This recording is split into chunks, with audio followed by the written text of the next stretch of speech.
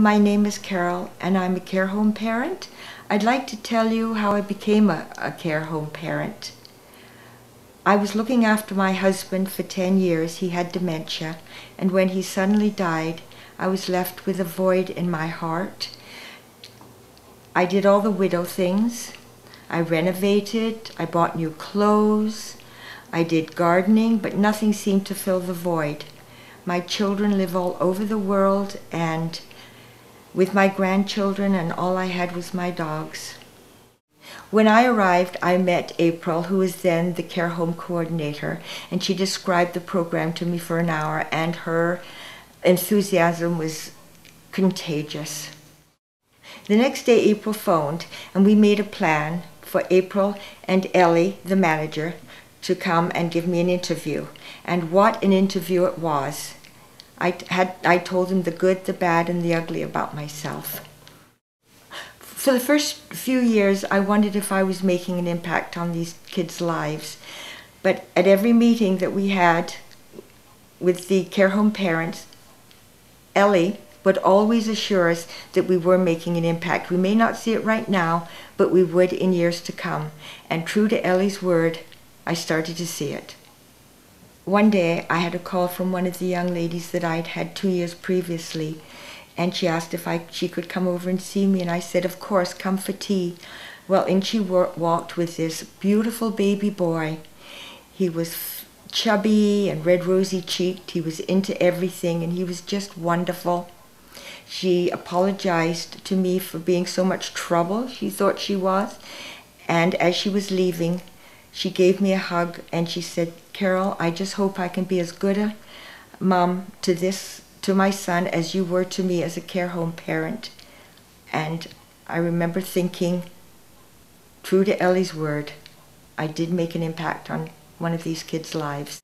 One day my grandson phoned from church and asked if he could bring this young man home for brunch. I said, of course. So as we were sitting around the table eating, my grandson happened to mention that his grandmother was with the Boys and Girls Club. Well, this young man jumped off his chair and yelled, Joanna saved my life. Well, Joanna is a youth and family support worker. He said he went through the program twice. The first time, Joanna kicked him out, but the second time, he just got it. Now, this young man has grown up. He's a bricklayer now, and he's happily married. Another time, a young man that had been staying with me, when he left, requested from Kim, who is another worker, if his sister could come and stay with me because she was not doing very well. I had a referral. I was thrilled. Another time, Kim asked, what is the best thing about living with Carol? And without hesitation, she said, the peace. And that blew my mind. There have been frustrating times also. Debbie, another worker, asked if I would teach this young man 5 easy meals because he was going into assisted living. Would I teach him how to budget and shop? So I said, okay. So for a couple of weeks, we poured over the recipe books, and we picked out 5 recipes that we were going to cook once a week. So anyway, with his recipe in his hand, he'd go off and he'd buy all the groceries. I would cook the recipe with him the first day, and then 3 days later, he would cook it. And we were very proud of ourselves. There were high fives around the table, and when I said, Julia Child has nothing on us, he sort of looked at me as if I was, what is she talking about?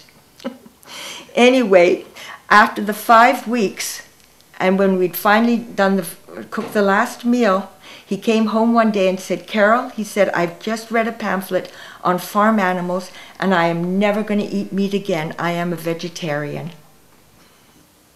In closing, I'd just like to say how blessed I feel to have had a small part in these children's lives. They've made me appreciate my parents, the home I came from, the love I've had from my sisters, and the joy I've had from our precious pets. Thank you.